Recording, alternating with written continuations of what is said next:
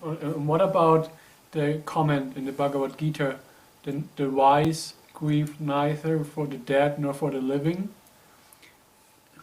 When Oh, that's a good idea. So what you're saying is that this would apply to any kind of conflict? yeah. Anyway, tell me what you mean. Oh, by the statement, the wise grieve neither for the dead nor for the living. Yeah. I assume it means the wise don't have strong likes nor dislikes. No, well, not necessarily.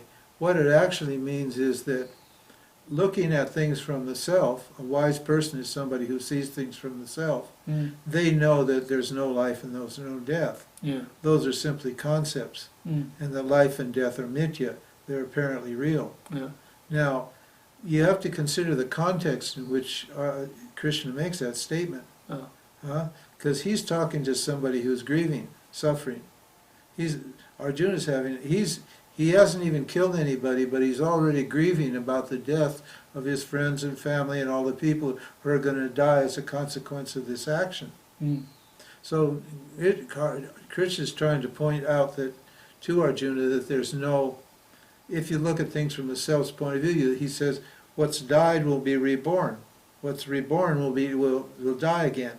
Mm. So he says, even from the relative point of view, life is eternal. And from the self's point of view, nothing ever happened.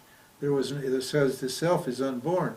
Eternal existence has no birth, and it has no death. So from both points of view, from the apparent reality, the world's point of view, everything just recycles. It's always constantly being born and dying. And from the self's point of view, everything is the same also. Mm.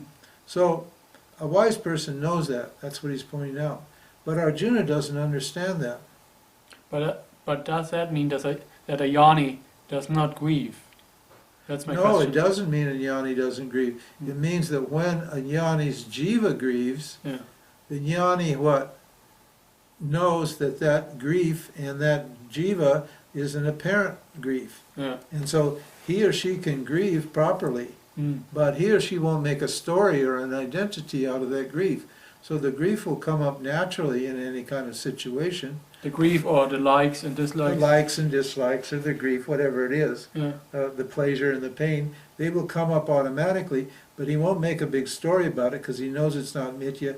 He knows it appears and then it disappears. So it doesn't actually affect him at all Mm. because he's actually the self. Is it the same for a Mahatma, or would a Mahatma behave? Yeah, it's basically the same. Yeah. See, the problem with this whole thing is what we call superimposition. Mm. It's superimposing what belongs to the jiva onto the self. Yeah. Huh? Mm.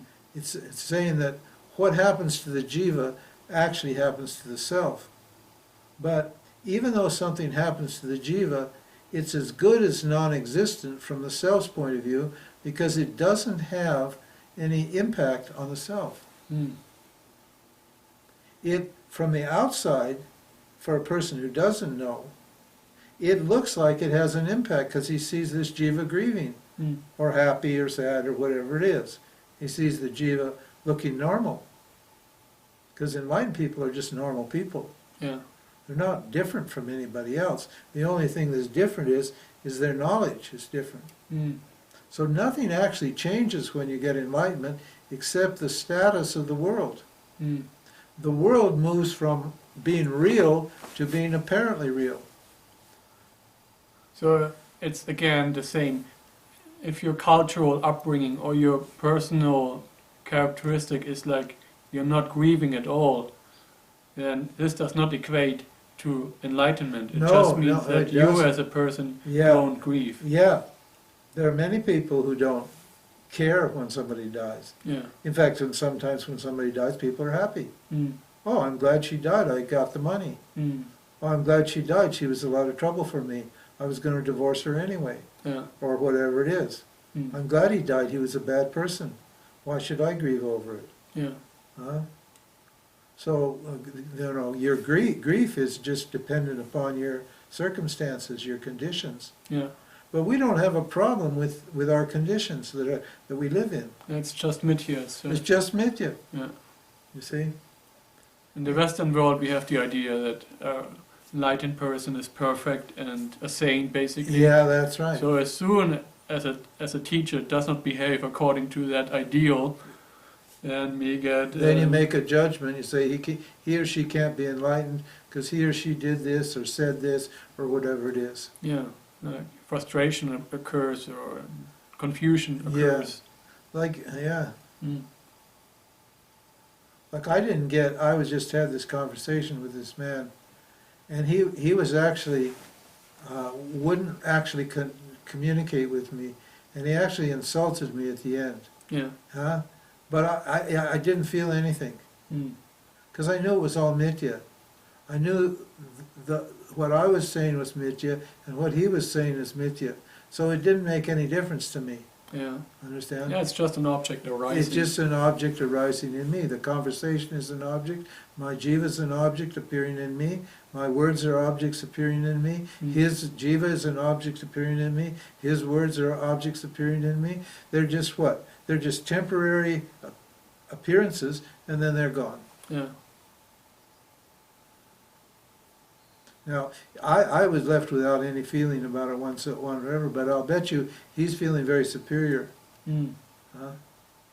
Yeah, I'm sure he is, because the way he said at the end of the conversation, I've been playing with you all along. In other words, I've been tricking you and fooling you, and you didn't know that. So I know more than you, and I'm more clever than you, and so I'm better than you. That's what he was thinking.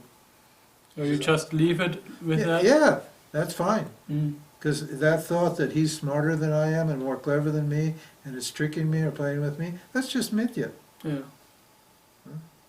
He has no idea who I am. Mm. He's just taking me to be his projection of me, and he's arguing with his own projections, actually. Mm. He's not actually arguing with me. I was kind of hoping that he was open-minded enough Mm. to actually see the logical fallacy in his argument and be open to new ideas. Mm. But he wasn't open to new ideas. Every time a new idea came up, this idea that he was awareness and that there was a knower, those are the two ideas.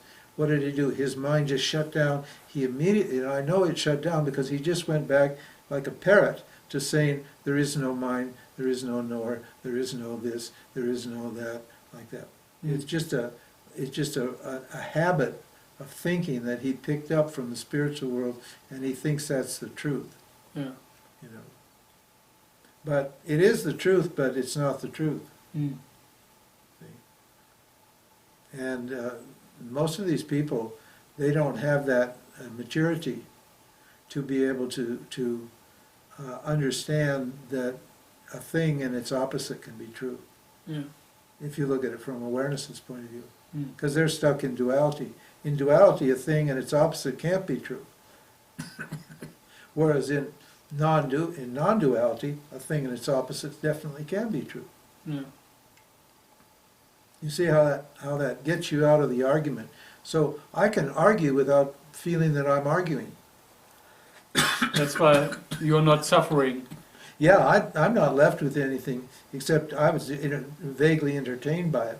Mm. And I was watching carefully to see what his mind would do in every situation. And what does his mind do every time? He refuses to actually communicate. He refuses to actually listen to what I'm saying and consider it. He just goes back to this memorized idea that he has about consciousness and himself and so forth. And that is the big difference between suffering and pain, right?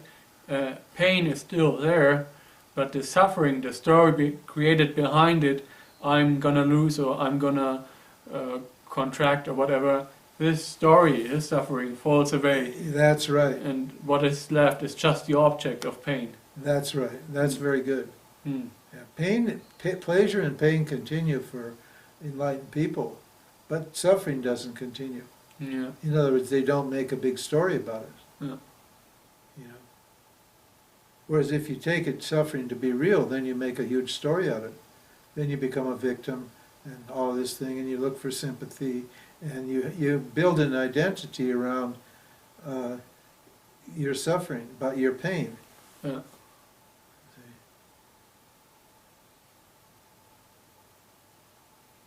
But what about severe pain, like, I don't It's know, the same for severe pain.